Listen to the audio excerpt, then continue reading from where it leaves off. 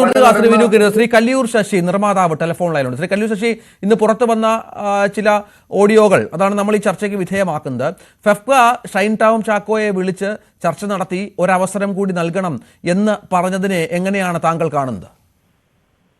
അല്ല, ഫെഫ്ക അത് പറഞ്ഞത് അസ്ഥാനത്തായി പോയി എന്ന അഭിപ്രായക്കാരനാണ് ഞാൻ. കാരണം ഇതിന്റെ ഈ ഇന്റേണൽ കംപ്ലൈന്റ് കമ്മിറ്റി എന്ന് പറഞ്ഞ സൂത്രവാക്യത്തിൽ ഇന്റേണൽ കംപ്ലൈന്റ് കമ്മിറ്റി ഇവിടെ കൂടിക്കൊണ്ടിരിക്കുന്ന സമയത്ത് അതിലൊരു തീരുമാനം ഒന്നും ഉണ്ടായിട്ടില്ല. അപ്പൊ അവിടെ നടക്കുന്ന സമയത്ത് തന്നെ അതിനു മുമ്പായി തന്നെ പത്രസമ്മേളനത്തിൽ ഇങ്ങനെ ഒരു പ്രസ്താവന നടത്തുക, ഞങ്ങൾ താക്കീത് നൽകിയിട്ടുണ്ട്, പിന്നെ ഇനിയൊരു അവസരം കൂടി കൊടുക്കാം എന്നെല്ലാം. ഇത് ഇന്റേണൽ കംപ്ലൈന്റ് കമ്മിറ്റി തീരുമാനിക്കേണ്ട കാര്യങ്ങളാണ്.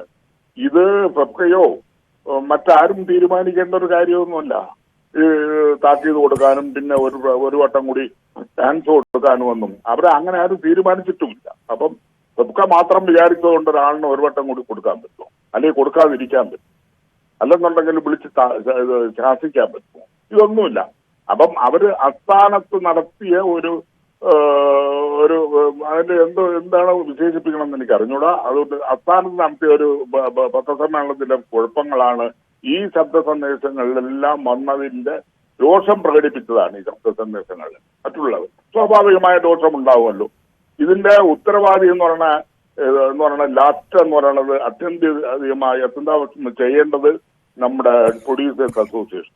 പ്രൊഡ്യൂസേഴ്സ് അസോസിയേഷനാണ് ഇദ്ദേഹത്തിന് സിനിമയ്ക്ക് ഇദ്ദേഹത്തിന്റെ പ്രോജക്റ്റുകൾ സ്വീകരിക്കണോ വേണ്ടയോ എന്നെല്ലാം തീരുമാനിക്കാനുള്ള power Kerala film producers association ഉണ്ട്.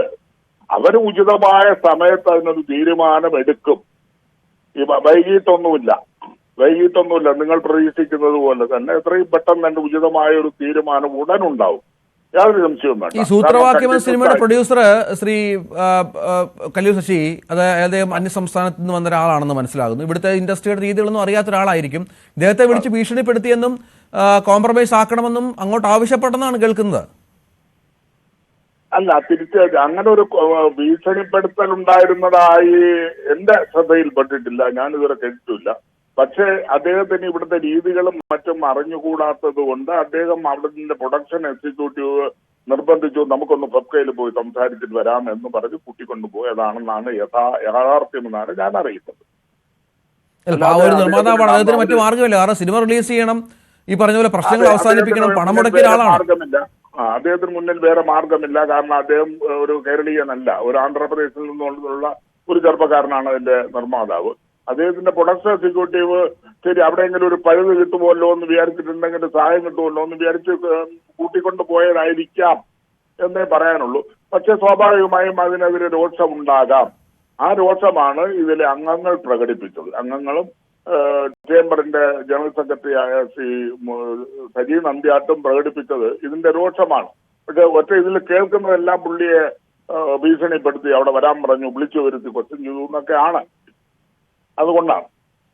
അല്ല, ഇങ്ങനെ ഒരു വാശി ആർക്കായിരിക്കാം? ഇങ്ങനെയൊരു ഈ പറഞ്ഞ ഫെഫ്കയിൽ നിന്ന് ഇങ്ങനെ നിലപാടെടുക്കുന്ന ആരാ? എന്തിന്റെ പേരിലാണ് ഇതിന് നിലപാടെടുക്കേണ്ടത്? കാരണം ഒരു പ്രശ്നം എല്ലാവരുടെയും മുമ്പിൽ നിൽക്കുന്നതാണ്, വ്യക്തമായ തെളിവുകളുണ്ട്. ഇപ്പോൾ രണ്ടാമത്തെ ഒരു നടിയും ഷൈനെതിരെ പരാതിയുമായി രംഗത്ത് വന്നിരിക്കുകയാണ്. അവർ ഇന്റേണൽ കമ്മിറ്റിക്ക് മൊഴി നൽകിയിട്ടുണ്ട്. അങ്ങനെ ഈ മൊഴികളെല്ലാം ഇവർക്ക് മുന്നിൽ ഉള്ളപ്പോഴാണ് ഫെഫ്ക പോലൊരു സംഘടന രംഗത്തിറങ്ങുന്നത്. ഇത് ആരുടെ താല്പര്യമായിരിക്കാം ശ്രീ കല്ലിയൂർ ശശി? അല്ല, താല്പര്യത്തിന്റെ പ്രശ്നമല്ല. ഇപ്പം അപർണ എന്ന് പറയുന്ന ആ ഒരു അഭിനേത്രി ഒരു കംപ്ലൈന്റ് പറഞ്ഞ് ഞാൻ ശ്രദ്ധിക്കുകയുണ്ടായി. നേരത്തെ സോഷ്യൽ മീഡിയയിലും ആ കംപ്ലൈന്റ് ഞാൻ വായിച്ചായിരുന്നു. പക്ഷേ ഞാൻ ചോദിക്കട്ടെ, ആ കുട്ടി അഭിനയിച്ചുകൊണ്ടിരുന്നപ്പോഴല്ലേ ഇങ്ങനെ ഒരു സംഭവം? അതെ, അഭിനയിച്ചുകൊണ്ടിരുന്നപ്പോ അവിടെ ഇന്റേണൽ കംപ്ലൈന്റ് കമ്മിറ്റി അവിടെ കോൺസ്റ്റിറ്റ്യൂട്ട് ചെയ്തിട്ടുണ്ടല്ലോ. എന്തുകൊണ്ട് പരാതി കൊടുത്തിട്ടില്ല? കൊടുത്തു. അവർ പറഞ്ഞില്ല.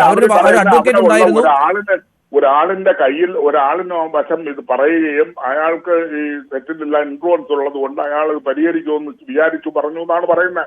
അവരൊരു അഡ്വക്കേറ്റ് ആണ്, നടിയാണ്, അവർ അവിടുത്തെ കമ്മിറ്റിയിലെ അംഗമാണ്. അംഗമാവാൻ പറ്റില്ലല്ലോ, അംഗമാവാൻ പറ്റില്ല.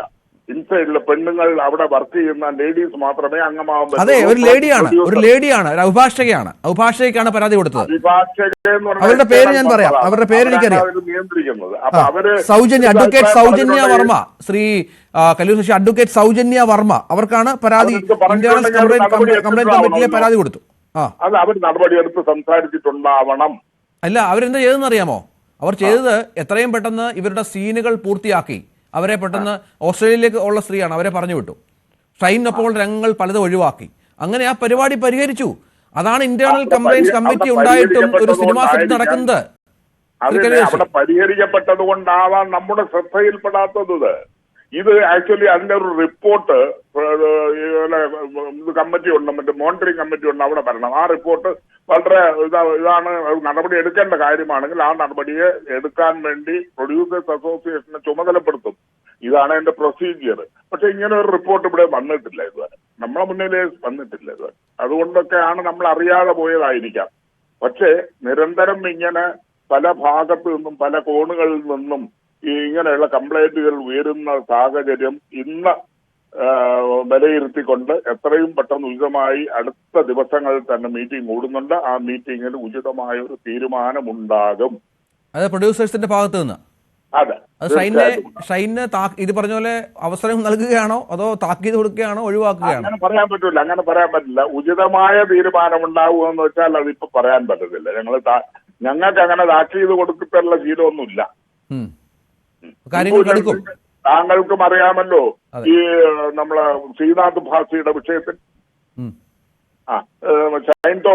ഷൈൻ നിഗാമിന്റെ വിഷയത്തിലും 3 മാസം എല്ലാരും വീട്ടിലിരുന്നില്ലേ?